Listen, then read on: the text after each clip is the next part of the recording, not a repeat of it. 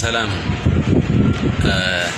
ብዙዎች የሚያውቁኝ በዙሪያ ያሉ በግራና በቀኝ የሚያውቁኝ የተረዱኝ ባለ ጥበብ ተጠቅመህ በዚህ ቲክቶክ ፕላትፎርም ላይ ለምን አትጠቀምም ለምን ራስህን አትቀይርም እያሉ ብዙ ሲናገሩኝ ሰማን።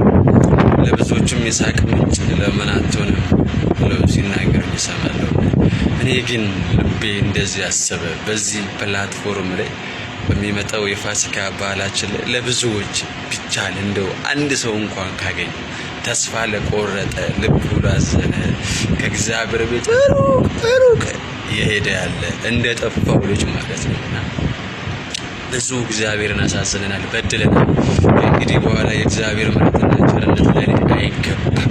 በድያለሁ። እግዚአብሔር ምሕረት የሚያደርግልኝ ሰው አይደለም አይመስለኝም ብላችሁ ወዳጅና ዘመድ ጓደኛ በሁኔታዎቹ በማንነታችሁ የወቀሷችሁ እግዚአብሔር በእናንተ ላይ ቁጣው እንጂ ምሕረቱ እንደማይገባ አብዝተው የነገሯችሁ ደግሞ እናንተ ተጸጸታችሁ ልባችሁ አዝኑ በእግዚአብሔር ፊት በንስሐ በጸጸት ከመውደቅ ይልቅ ሩቅ ጠፍታችሁ ራሳችሁን በተለያዩ ነገር ውስጥ የደበቃችሁ ለእናንተ ዛሬ የምስራች አለ።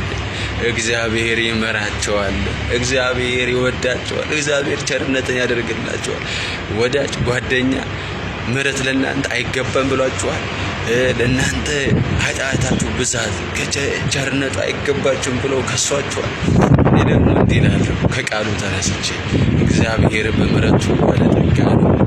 ትላንትና ለሌላው ሕዝብ ምሕረትን ያበዛ እግዚአብሔር ትላንትና ለዓለም ሁሉ መዳን ይሆን ዘንድ ለኃጢአት መድኃኒት ይሆን ዘንድ የሚወደውን አንድያ ልጁን የሰጠ ክርስቶስ የሚባለውን አዳኝ መሲህን የላከልን በሱ ስም አምናችሁ ተረድታችሁ አውቃችሁ ዛሬ እንዴት እግዚአብሔር አይምረንም እግዚአብሔር እንዴት ቸርነት አያደርግልንም ብላችሁ አሰባችሁ። እግዚአብሔር ምሕረትን ያደርግላችኋል፣ ቸርነትን ያደርግላችኋል። ለዚህ ነገር ምስክር እኔ ነኝ።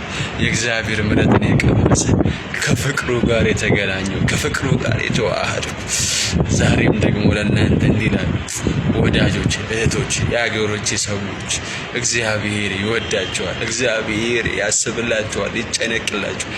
ማንም በዚህ ምድር ላይ ቅዱስ የለም፣ ጻድቅ የለም በእግዚአብሔር ፊት ከአንዱ ከኢየሱስ ክርስቶስ በቀር ከአንዱ ከእግዚአብሔር ልጅ በቀር ማንም ጻድቅ የለም።